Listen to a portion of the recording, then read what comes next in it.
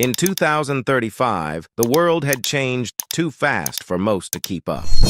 Jack, a former factory worker, sat at the kitchen table, listening to the news of riots and protests against automation sweeping through every industry. "Destroy the machines! We can't be replaced!" a protester shouted on the screen, embodying the anger and fear that Jack felt deep inside.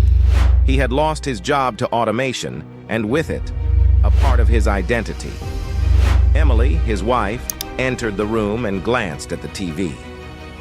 "More protests?" she asked. "It's getting worse. People are desperate," Jack replied, shaking his head.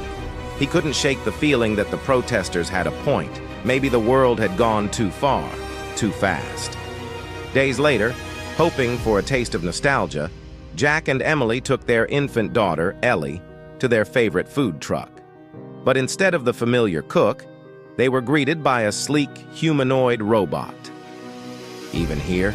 Jack muttered, disappointment washing over him. "It's just how things are now, Jack," Emily said gently.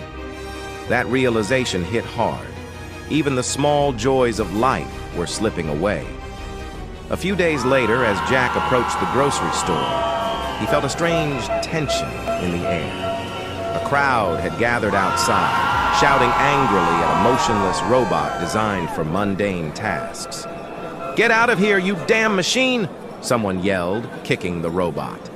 Jack's heart sank.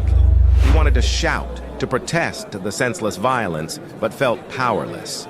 Instead, he turned away, shame washing over him as he entered the store, reflecting on the chaos outside.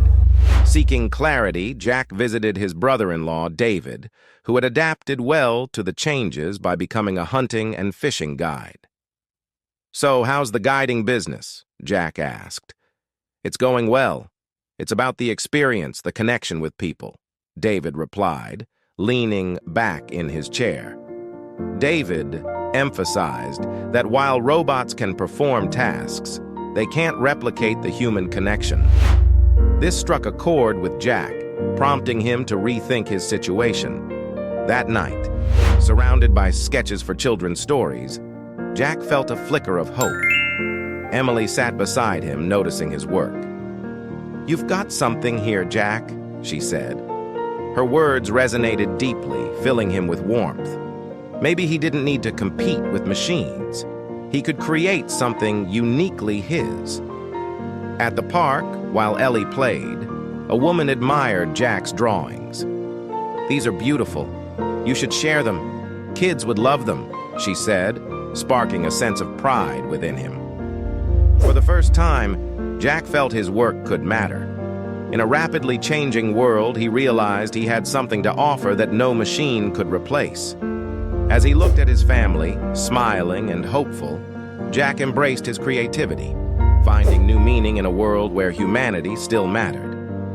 If you want to listen on this kind of story, just like and subscribe our channel.